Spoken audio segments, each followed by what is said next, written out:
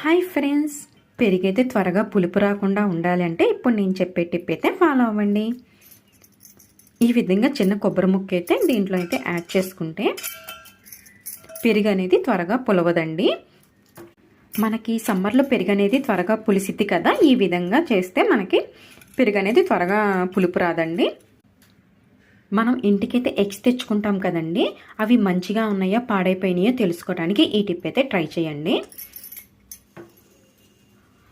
ముందుగా ఒక గిన్నెలో వాటర్ తీసేసుకొని ఈ ఎగ్స్ అనేది ఈ విధంగా వేయాలండి.